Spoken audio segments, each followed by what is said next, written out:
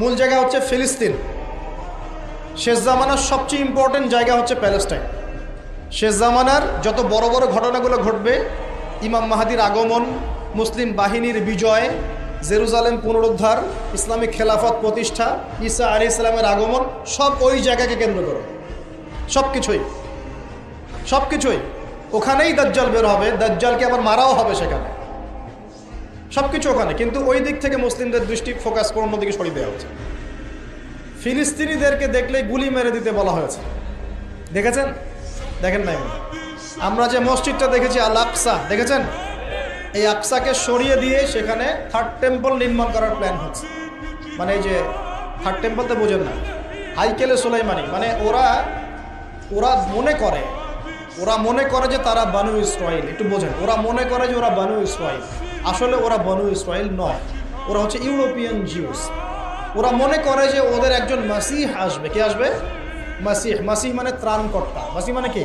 ত্রাণকর্তা। যে আসলে তারা শুধু আরব না, সারা বিশ্ব তারা শাসন করবে, এমনটা তারা মনে করে। এবং ওদের ধর্মগ্রন্থে একটা আছে তালমুদ। কি নাম? তালমুদ। এই তালমুদের মধ্যে এটা লেখাও আছে যে একজন মাসিহ আসবে, যে মাসিহ আসলে তারা বিশ্ব শাসন করবে। বাস্তবতা হচ্ছে ওই মাসিহ এসেছিলেন, আসেন নাই? ওই মাসিহ সত্যি এসেছিলেন, কিন্তু তারা তাকে চিনতে পারে না। সেই মাসিহের নাম কি? নবী ঈসা আলাইহিস সালাম। আমরা বলি না মাসিহ ইবনে মারইয়াম, আমরা বলি না ঈসা আলাইহিস সালামকে আল্লাহর মাসিহ না, ত্রাণকর্তা।